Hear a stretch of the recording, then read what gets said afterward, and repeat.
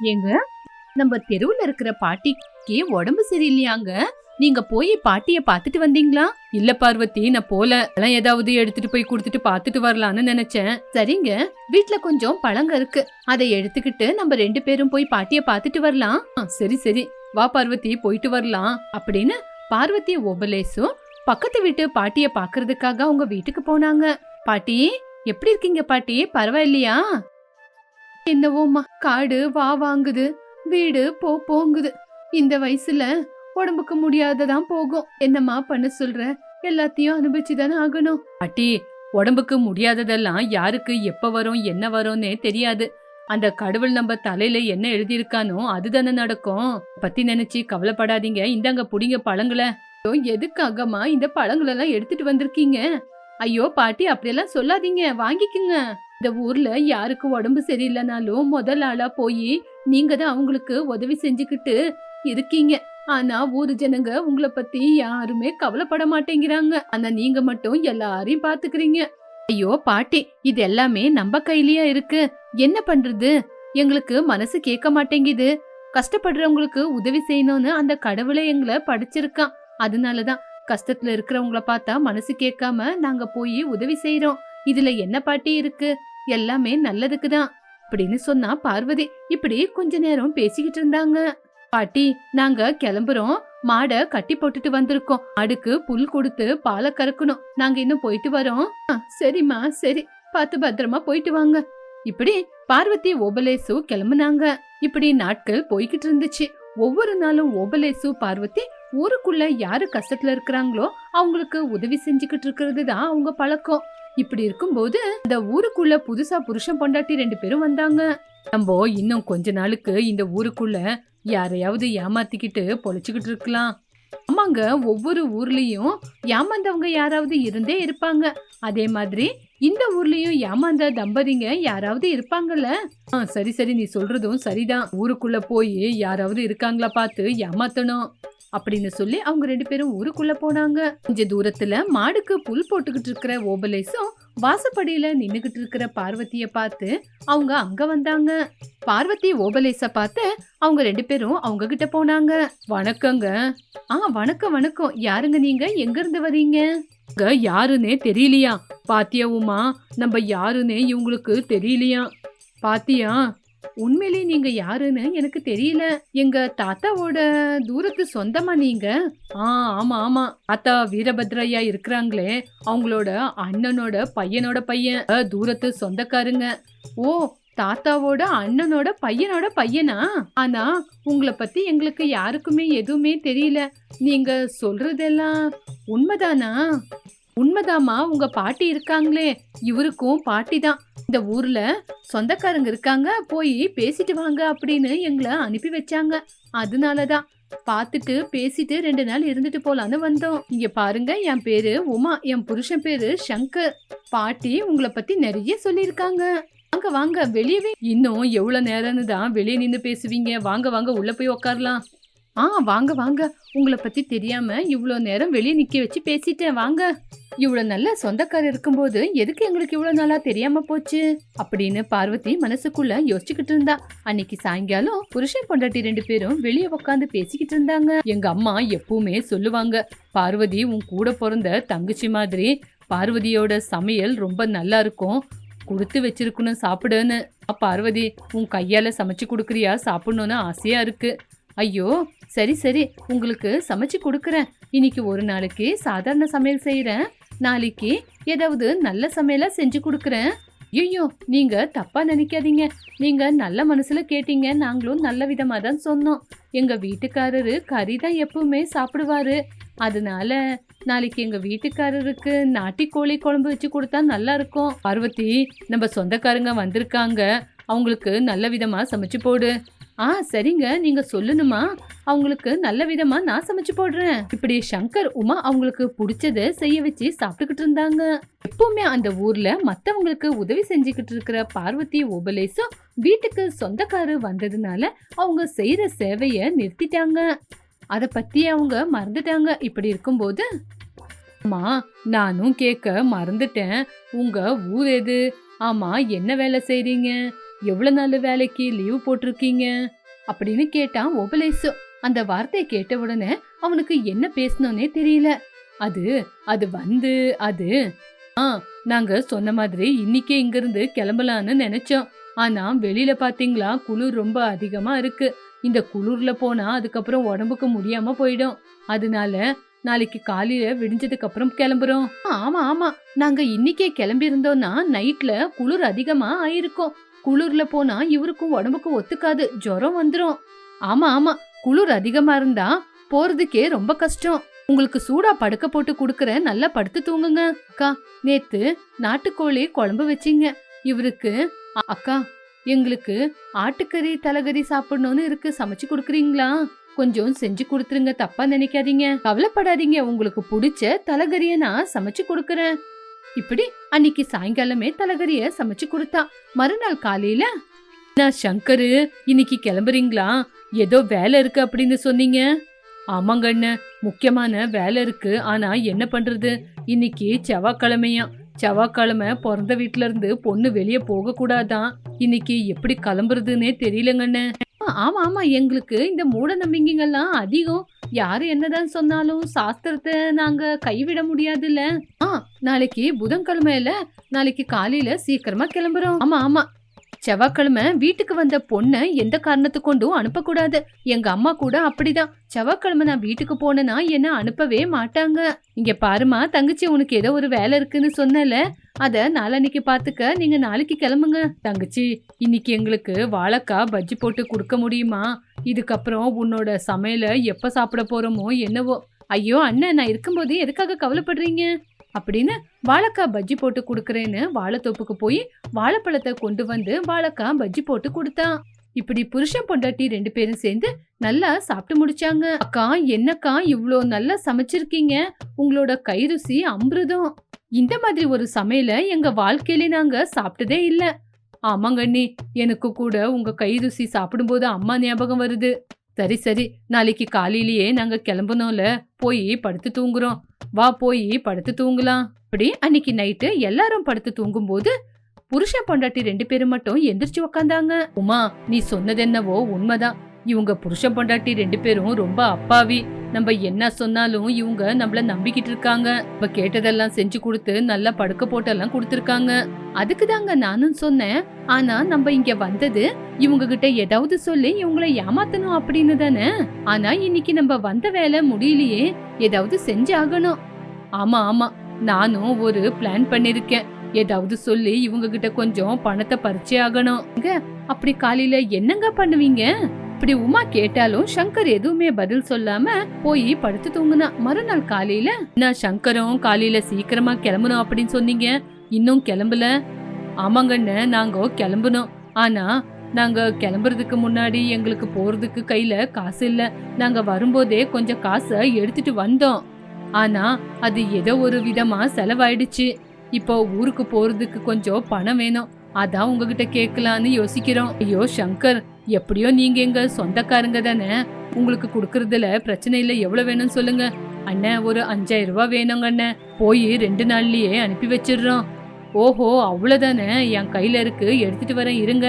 அதுக்குள்ள பார்வதி மனசுல இவங்கள பத்தி ஏதோ யோசனை உண்டாச்சு. இவங்க பாக்குறதுக்கு நல்லவங்க மாதிரி தெரியுது, ஆனா இவங்களுக்குள்ள ஏதோ ஒரு திருட்டுத்தனம் இருக்கு. ஓபலேசும் வீட்டுக்குள்ள போய் காசு எடுத்துட்டு வந்து, இந்தாங்க வச்சுக்குங்க, 2 நாள்ல குடுக்கறேன்னு சொல்றீங்க. அண்ணன், ரொம்ப நன்றிங்க அண்ணன். உங்களுக்கு இந்த உதவிக்கு நாங்க என்ன கைமாறு செய்ய போறோம்னு எங்களுக்கே தெரியல. நாங்க கிளம்புறோன்னு. நாங்க போயிட்டு வரோம். உங்களுக்கு ரொம்ப நன்றி. நீங்க எங்களை பாத்துக்கினத நாங்க எப்பவுமே மறக்க மாட்டோம். இப்படி உமா ஓபலேசு அவங்க நினைச்சது நடந்துச்சு அப்படின்னு சந்தோஷமா காசை வாங்கிக்கிட்டு கிளம்பி போனாங்க. இப்படி நாட்கள் போச்சு. ஆனாலும் சங்கர் உமா திரும்பி வரவே இல்ல. அப்போ ஓபலேசும் பார்வதியும் அப்பதான் ஓபலேசு பார்வதிக்கு நாங்க உண்மையிலேயே ஏமாந்துருக்கோம் அப்படிங்கிற தெளிவு வந்தது. எங்க பாத்தீங்களா, இவங்க நம்ம சொந்தக்காரங்கன்னு நம்மள பொய் சொல்லி ஏமாத்தி நம்ம கிட்ட எல்லாமே சமைச்சு சாப்பிட்டுக்கிட்டு இப்போ காசையும் வாங்கிட்டு போயிட்டாங்க. பார்வதி, அவங்க என்ன சொன்னாலும் நம்ம அப்படியே நம்பிக்கிட்டு இருந்தோம். நம்ம நல்ல குணத்தை அவங்க கெட்டதுக்கு உபயோகப்படுத்துறாங்கங்க. அந்த மாதிரி இருக்கிறவங்களுக்கு எப்பவுமே கெட்டதுதான் நடக்கும். சரி பரவாயில்ல விடு. நம்மள இன்னொருத்தர் ஏமாத்துனாங்கன்னு நம்ம மத்தவங்களுக்கு உதவி செய்யற குணத்தை எந்த காரணத்து கொண்டும் விடக்கூடாது. பணம் போச்சுன்னா சம்பாதிக்கலாம், ஆனா நம்பிக்கை போச்சுன்னா அதை சம்பாதிக்க முடியாது. நீங்க சொல்றது உண்மைதாங்க. அவங்க நம்மள ஏமாத்தும் போது அந்த சுப்பம்மா சொன்ன வார்த்தை தான் ஞாபகத்துக்கு வருது. ஆமா, சுப்பம்மா பாட்டி என்ன சொன்னாங்க? யாரு உங்களை பார்த்தாலும் பாக்கலனாலும் நீங்க மட்டும் உதவின்னு கேட்டு வரவங்கள பாக்குறீங்கன்னு சொன்னாங்க. நம்மளோட நிம்மதிக்காக தான் இந்த மாதிரி உதவி பண்றோம். யாருகிட்ட இருந்து எதையும் எதிர்பார்த்து இல்லல. அவங்க நம்மளோட உண்மையான சொந்தக்காரங்களா இருந்திருந்தா நம்மள ஏமாத்தணும்னு அவங்க மனசுக்குள்ள எண்ணமே வந்திருக்காது. சொந்தக்காரங்களா இருந்திருந்தா தூரமா தான் இருந்திருப்பாங்க. இப்படி ஓபலேசு உமா ஏமாந்தாலும் மத்தவங்களுக்கு உதவி செய்யற குணத்தை மட்டும் அவங்க கைவிடல. ஆனா மத்தவங்களுக்கு உதவி செய்யறதுக்கு முன்னாடி அவங்க நல்லவங்களா கெட்டவங்களா உண்மையா பொய்யான்னு யோசிச்சு அதுக்கப்புறம் உதவி செஞ்சுக்கிட்டு இருந்தாங்க. வீரா காலையில ஜமீன்தாரர் ஐயா வீட்டுக்கு வந்துகிட்டு இருந்தான். அந்த நேரம் பார்த்து ஜமீன்தாரர் ஐயா வீட்டு வாசல்ல சாம்பையா ஜமீன்தாரர் ஐயா வீட்டு பக்கம் எட்டி எட்டி பாத்துக்கிட்டு இருந்தான். டேய் சாம்பா, என்னடா எங்க ஐயா வீட்டை இப்படி எட்டி எட்டி பாத்துக்கிட்டு இருக்க? என்ன அவரோட வீட்ல இருந்து ஏதாவது திருடிக்கிட்டு போலான்னு பாக்குறியா? இல்ல வீரா, எனக்கு ஜமீன்தார ஐயா வீட்டை ஒரு தடவை பார்க்கணும்னு ஆசை. அதனாலதான் எப்பவுமே வந்து இங்க நின்னு பாத்துக்கிட்டு இருக்கேன். ஆனா உனக்கு அந்த கவலை இல்ல, நீ அதிர்ஷ்டசாலி. அவரோட வீட்லயே நீ வேலை செய்யற, அதனால அவங்க வீட்டு பத்தி உனக்கு எல்லாமே தெரியும். உனக்கு ஜமீன்தாரர் ஐயா வீட்டுக்குள்ள வந்து அந்த வீட்டை பார்க்கணும்னு ஆசையா இருக்கா? அப்போ ஒரு வேலை செய், நீ என் கூட வந்து உள்ள ஏதாவது வேலை செய். போ, அந்த வீட்டை பார்க்கலாம், அவங்களுக்கும் சந்தேகம் வராது. சரி வீரா, நானும் கூட வரேன். இப்படி வீரா சாம்பையாவ ஜமீன்தாரர் ஐயா வீட்டு வாசல் வரைக்கும் கூட்டிட்டு போய் அங்க வெளியே இருந்த மாட்டு வண்டிய சுத்தம் பண்ண சொன்னான். சாம்பையா, நீ மாட்டு வண்டிய சுத்தம் பண்ணிக்கிட்டு, நான் மாட்டு வண்டிக்குள்ள போய் உக்காந்துக்கிறேன். அப்போ வீரா மாட்டு வண்டிக்குள்ள போய் படுத்து கால் மேல கால் போட்டு படுத்து தூங்கிக்கிட்டு இருந்தா. பாவம் சாம்பையா அவன் ஒத்தையில மாட்டு வண்டிய சுத்தம் பண்ணிக்கிட்டு இருந்தான். சாம்பையா, வண்டிய நிதானமா சுத்தம் பண்ணு, அந்த தூளுக்கு எனக்கு தும்மல் வருது. சரி சரி. இப்படி கொஞ்ச நேரத்திலே சாம்பையா வண்டிய சுத்தம் பண்ணா. என்ன வீரா, ஐயாவோட வீட்டை காட்டுறேன்னு கூட்டிட்டு வந்த? இரு இரு, எனக்கு கொஞ்சம் நேரம் கூடு, எல்லாத்துக்கும் காலம் கூடி வரணும்ல. ஆனா இப்ப உனக்கு வீட்டை பார்க்கணும்னா அதோ அந்த ஜன்னல் வழியா போய் எட்டிப்பாரு அப்படின்னு சொன்ன உடனே சாம்பையா ஜன்னலுக்கிட்ட போய் ஜன்னலுக்கிட்ட இருந்து அரண்மனைய உள்ள எட்டி பாத்துக்கிட்டு இருந்தான். அதுக்குள்ள ஜமீன்தாரர் ஐயா வெளியே வந்தாரு. என்ன வீரா, வண்டியெல்லாம் சுத்தம் பண்ணிட்டியா? ஆங்கய்யா, வண்டி சுத்தம் பண்ணிட்டேன். சரி சரி, ஊருக்குள்ள என்ன பத்தி ஊரு ஜனங்க என்ன நினைச்சுக்கிட்டு இருக்காங்க? உங்களை பத்தியா? ஊரு ஜனங்க எங்க பார்த்தாலும் உங்களை பத்தி தான் பெருமையா பேசிக்கிட்டு இருக்காங்க. அப்படியா? அப்படி என்ன பேசுறாங்கன்னு கொஞ்சம் எனக்கு தெளிவா எடுத்து சொல்லுடா. நீங்க ரொம்ப நல்லவரு, ஊர் ஜனங்களோட கஷ்டத்தை எல்லாம் தீர்த்து வைக்கிறீங்க. நீங்க மட்டும் இந்த ஊர்ல இல்லைன்னா இந்த ஊர் ஜனங்களோட நிலைமை என்ன ஆகும் அப்படின்னு பேசுறாங்க ஐயா. நீங்க மட்டும் இல்லைன்னா இந்த ஊர் ஜனங்களோட நிலைமை என்னன்னு பேசிக்கிறாங்க ஐயா. ஓ அப்படியா? ஆமா தானே, நான் மட்டும் இல்லைன்னா இந்த ஊருக்கு கௌரவம் எங்க? என்ன வழி அவங்களுக்கு? நான் ஊரு ஜனங்களுக்காக எவ்வளவு கஷ்டப்படுறேன், நான் எவ்வளவு நல்லவன்னு தெரியாதா? சரி, இன்னும் வேற என்ன சொன்னாங்க? உங்களோட நட உட, உங்களோட பேச்சு, உங்க ஸ்டைலு, உங்களோட வாக்கு, உங்களை மாதிரி ஒரு ஆளு இந்த கலியுகத்திலேயே இல்லை அப்படின்னு உங்களை பத்தி ரொம்ப பெருமையை இந்த ஊரு ஜனங்க பேசுறாங்க ஐயா. பரவாயில்ல வீரா, நீ ரொம்ப நல்லா பேசுற, எல்லாமே உங்க கருணை தாங்க ஐயா. சரிடா, உன்னோட வேலையை பார்த்து எனக்கு பெருமையா இருக்கு அப்படின்னு அவரோட கையில இருக்கிற தங்க மோந்திரத்தை கழட்டி கீழே போட்டாரு. டே வீரா, என்னோட தங்க மோந்திரம் கீழே விழுந்துருச்சு, அதை நீயே எடுத்து வச்சுக்கோ அப்படின்னு சொன்ன உடனே வீராவும் சந்தோஷமா அந்த தங்க மோந்திரத்தை எடுத்துக்கிட்டு அங்கிருந்து கிளம்புனா. இப்படி வீரா ஜமீன்தார் ஐயாவோட பெருமைய பேசுறதோ அவர்கிட்ட இருந்து ஏதாவது வாங்கி வச்சுக்கிறதோ நடந்துகிட்டு இருந்தது. ஒரு நாள் ஜமீன்தாரர் அம்மாவான சாமுண்டேஸ்வரி, டே வீரா வீரா, அம்மா வந்துட்டேங்கம்மா, சொல்லுங்கம்மா. இந்தாடா, இந்த சாப்பாடை கொண்டு போய் எங்க மாமியாரோட ரூம்ல கொடுத்துரு. சரிங்கம்மா, கொடுக்குறேன். டே வீரா, இப்பெல்லாம் இந்த ஊரு ஜனங்க சண்டையே போடுறது இல்லையாடா? ஏம்மா அப்படி சொல்றீங்க? நேத்து கூட அந்த சத்தியம் ஃபுல்லா குடிச்சிட்டு வந்தான் அப்படின்னு அவனோட பொண்டாட்டி அவனை போட்டு அடி அடின்னு அடிச்சிட்டா. அதுக்கப்புறம் மறுநாள் காலையில அவன் எந்திரிச்சு அவ கூட சண்டை போட்டுக்கிட்டு இருந்தான். ஊரே வேடிக்கை பார்த்துச்சு. ஏண்டா இந்த விஷயத்த என்கிட்ட சொல்லல? எனக்கு யாராவது சண்டை போட்டா அதை நின்னு பாக்குறதுக்கு ரொம்ப பிடிக்கும்டா. அப்படியாம்மா, இனிமே ஊருக்குள்ள யாராவது சண்டை போட்டுக்கிட்டு இருந்தா கண்டிப்பா உங்களை வந்து கூட்டிட்டு போறேன். டே, ஐயாவுக்கு தெரிஞ்சிருச்சுன்னா? அம்மா, ஐயாவை நான் பாத்துக்கிறேன், நீங்க கவலைப்படாதீங்க. சரிடா, இந்த சாப்பாடை கொண்டு போய் எங்க மாமியாருக்கு கொடுத்துரு. சரிங்கம்மா. வீரா சாப்பாடு எடுத்துக்கிட்டு ஜமீன்தாரர் ஐயாவோட அம்மாவான ஞானாம்பா ரூமுக்கு போனா. ஜமீன்தாரர் அம்மா பாக்குற வரைக்கும் அவங்க ரூமுக்கு போற மாதிரி போய் அவங்க அந்த பக்கம் போன உடனே இவன் இன்னொரு ரூமுக்கு போய் சாப்பாடை வயிறு ஃபுல்லா சாப்பிட்டுட்டு கொஞ்சமா சாப்பாடு எடுத்துக்கிட்டு ஞானாம்பா கிட்ட கொண்டு போய் கொடுத்தான். டேய் வீரா, எனக்கு மாட்டு கொட்டாய்க்கு போய் எல்லாத்தையும் சுத்தம் பண்ணணும், பால் கறக்கணும், வயலுக்கு போய் நாட்டி வேலை செய்யணும்னு ஆசையா இருக்குடா. என்ன ஒரு தடவை கூட்டிட்டு போறியா? சரிங்கம்மா, ஊர்ல ஐயா இல்லாத நேரம் பார்த்து உங்களை நான் அந்த வேலைக்கு கூட்டிட்டு போறேங்கம்மா. அது வரைக்கும் நீங்க கொஞ்சம் சமாதானமா இருங்க. எனக்கு கொஞ்சம் நேரம் கொடுங்கம்மா, கண்டிப்பா உங்களை கூட்டிட்டு போறேன். அப்படியா? சரிப்பா, நீ சொல்ற மாதிரியே செய்யறவனாச்சே. இப்படி வீரா பாட்டிக்கு சாப்பாடு கொடுத்துட்டு வெளியே வரும்போது ஜமீன்தாரர் ஐயா அங்க உக்காந்து இருந்தாங்க. டே வீரா, வாடா இங்க. ஐயா சொல்லுங்க ஐயா. டே, நீ ஒத்தையில இவ்வளோ வேலையை செய்தியே, யாராவது வேலைக்கு இருந்தா அவங்களையும் சேர்த்துக்கடா. நான் பணம் கொடுக்கறேன், இந்த பணத்தை கொண்டு போய் கொடு. சரிங்க ஐயா, ரொம்ப நாளா எனக்கு தெரிஞ்ச ஒருத்தர் இருக்கா, அவனை சேர்த்துக்கிறேன். அப்படியா? சரி சரி, அந்த வேலை செய்யறவனுக்கு இந்த காசை கொடுத்துரு அப்படின்னு சொன்னாரு. இப்படி சரின்னு சொல்லி வீரா காசை எடுத்துக்கிட்டு வீட்டை விட்டு வெளியே வந்து, டே சாம்பையா, சாம்பையா, இதோ வந்துட்டேன் வீரா, சொல்லு வீரா. டேய், இத்தனை நாளா நீ எதுக்காக காத்துக்கிட்டு இருந்தியோ, உன்னோட கனவு இன்னைக்கு நிறைவேற போகுதுடா. ஜமீன்தார் ஐயா வீட்டுல வேலை செய்ய போற. ஆனா உனக்கு சம்பளம் மட்டும் கொடுக்க முடியாது. 3 நேரம் வயிறு நிறைய சாப்பாடு போட்டு தங்குறதுக்கு இடம் கொடுப்பாங்க. ஆனா நீ யாரு கூடயும் பேசக்கூடாது. ஏன்னா ஜமீன்தார் ஐயா ரொம்ப கோவக்காரரு. அவர் என்ன விஷயம் இருந்தாலும் என்கிட்ட சொல்லிடுவாரு.